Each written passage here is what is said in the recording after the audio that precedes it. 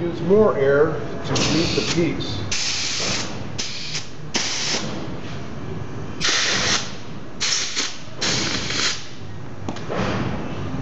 That should hopefully do it. And there is the piece in place of the bronze casting now. This is in a carvable material that we can tool and sand and redefine all the design lines in here with this material. The next step of the process is to prepare this model for molding in a plaster mold. Now the plaster mold will not release like the rubber mold does. The rubber mold gives and takes. The plaster will not release from undercuts like the rubber does. So I've got to retool this model and get ready to mold it in multi-piece molds. It's going to be about a 3 or 4 piece mold in plaster compared to just the 2-piece mold you saw in rubber. These blue lines are going to determine seam lines, which is where the mold pieces will come together and join. Also, this middle part of the statue is going to have to be removed. I'm going to actually have to saw this off because we will be molding this piece in a separate mold than the main piece. They will be molded in separate molds, and this piece will be reattached to the main piece in the manufacturing process when it's in clay form. So I have determined pretty much where the new pieces of the mold will have to conjoin.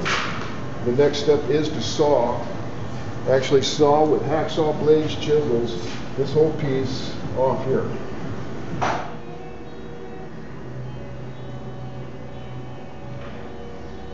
I have this piece pretty much sawed all the way through, all the way around, these points all the way around to the bottom. And with just a little bit of chiseling and prying, this piece should come off, just like that. Now this is a separated piece. It can be molded separate, and it will be reattached in the manufacturing process once these are in plaster molds.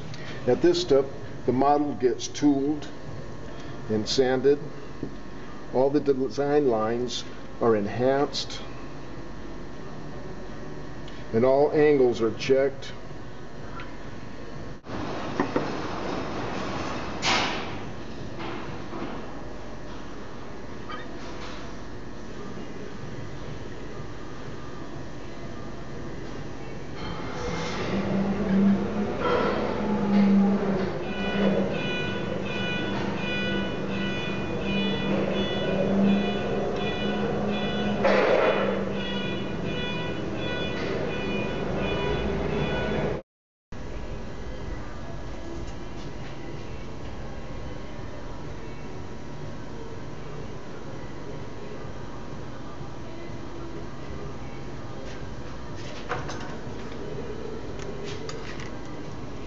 I plainly mark all the seam lines where the molds are going to be coming together,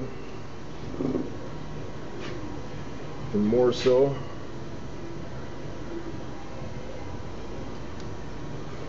And check all angles to make sure everything is going to release in the direction it's supposed to. Any undercuts will cause the mold not to release.